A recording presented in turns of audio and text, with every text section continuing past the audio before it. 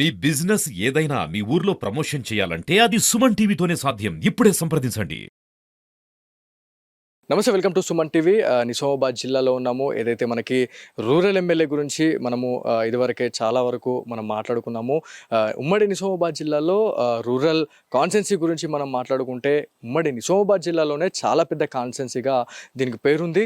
So Bhupathi Reddy గారికి సంబంధించి ఇప్పటికే హైదరాబాద్ నుంచి వచ్చిన తర్వాత కళ్యాణలక్ష్మి, అదేవిధంగా షాదీ ముబారక్, సీఎం రిలీఫ్ ఫండ్కి సంబంధించిన చెక్కుల పంపిణీకి సంబంధించి బిజీగా ఉన్నారు అనేది మనకు తెలుస్తూ ఉంది. సో ఇప్పటికే దాదాపు 4 మండలాలకు సంబంధించిన మోపాలు, ఇందల్వై, అదేవిధంగా మంచిప్ప, కొన్ని మండలాలకు సంబంధించిన సీఎంఆర్ఎఫ్ చెక్కులు కావచ్చు, షాదీ ముబారక్, కళ్యాణ్ లక్ష్మి చెక్కులకు సంబంధించి కూడా చాలా రకాలైనటువంటి లబ్ధిదారులు ఎవరైతే ఉన్నారో వాళ్ళందరికీ ఈ చెక్కుల పంపిణీ అయితే చేయబోతా ఉన్నారు.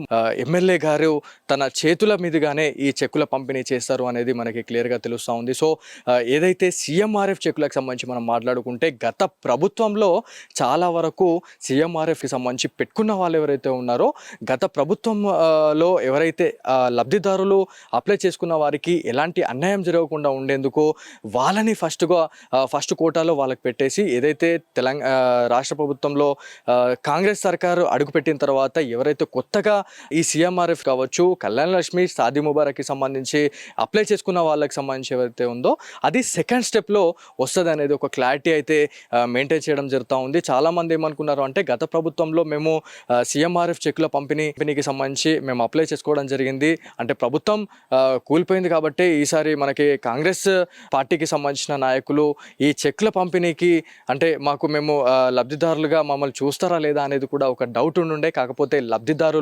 లబ్ధిదారులే కాబట్టి ఎవరిని కూడా మోసం చేసే పరిస్థితి లేదు, ఎవరిని కూడా మేము ముంచే పరిస్థితి లేదు.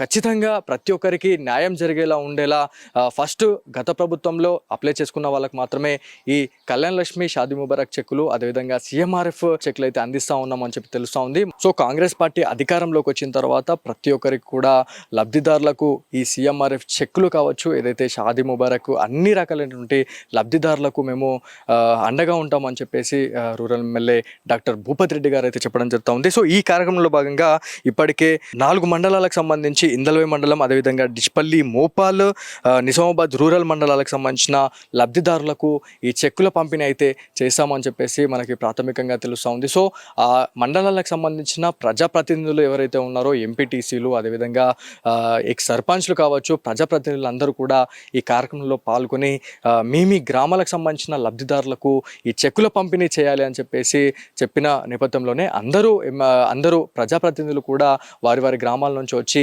క్యాంప్ ఆఫీస్కి అయితే రావడం జరిగింది. క్యాంప్ ఆఫీస్లో ఒక కోలాహలం అనేది ఏర్పడింది అనేది క్లియర్గా తెలుస్తుంది. మంచిగా స్వయంగా వాళ్ళకి ఆదాయం ఉంటే, భర్త మీదనో పిల్లల మీద ఆధారపడకుండా ఉంటే ఇల్లు బాగుంటుంది. ఎవరికైతే మహిళల చేతిలో ఇల్లు తాళం చేతి ఉంటుందో ఆ ఇల్లు బాగుపడుతుంది. ఎవరైనా మగవాళ్ళకు కూడా చెప్తున్నా, మీరు తీసుకపోయి మీ జీతం నెల భార్యలకు ఇవ్వండి, తప్పకుండా ఇల్లు కుటుంబం బాగుపడుతుంది.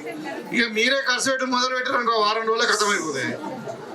అందుకని ఆడవాళ్ళ చేతిలో డబ్బులు ఉంటే కుటుంబం క్షేమంగా ఉంటుంది అన్న ఉద్దేశంతోనే ఇందిరమ్మ రాజ్యంలో రేవంత్ రెడ్డి గారు మహిళా స్వశక్తి పేరు మీద ఇవాళ మీకు అప్పు చేసినా పర్వాలేదు, ప్రతి సంఘానికి 10 లక్షల చొప్పున ఇచ్చి 1 లక్ష కోట్ల అప్పు రుణం ఇచ్చి మీకు అందరు కూడా మహిళా సాధికారత కొరకు చేస్తూ ఉన్నాం. మాకు అందుకని మీరు అందరూ గుర్తుంచుకోండి, ఇది ఇందిరమ్మ రాజ్యం. ఇంతకుముందులాగా కేసీఆర్ లాగా అబద్ధాలు ఏదో పూటకొక మాట మాట్లాడి తాగుబోతుల రాజ్యం కాదు ఇది. ఇది నిబద్ధతతో పనిచేసే పార్టీ కాంగ్రెస్ పార్టీ కాబట్టి మీరు అందరూ కూడా చూస్తున్నారు. ఇలా నిన్న కవిత రిలీజ్ అయితే ఆమె ఏదో కోర్టు అంతా కేసు అంతా అయిపోయినట్టు సత్యపూసలాగా బయటకు వచ్చినట్టు మాట్లాడుతున్నది. ఓన్లీ బెయిల్ వచ్చింది, కూడా లిక్కర్ స్కామ్లో మహిళలు జైల్లోకి చూసారా మీరు?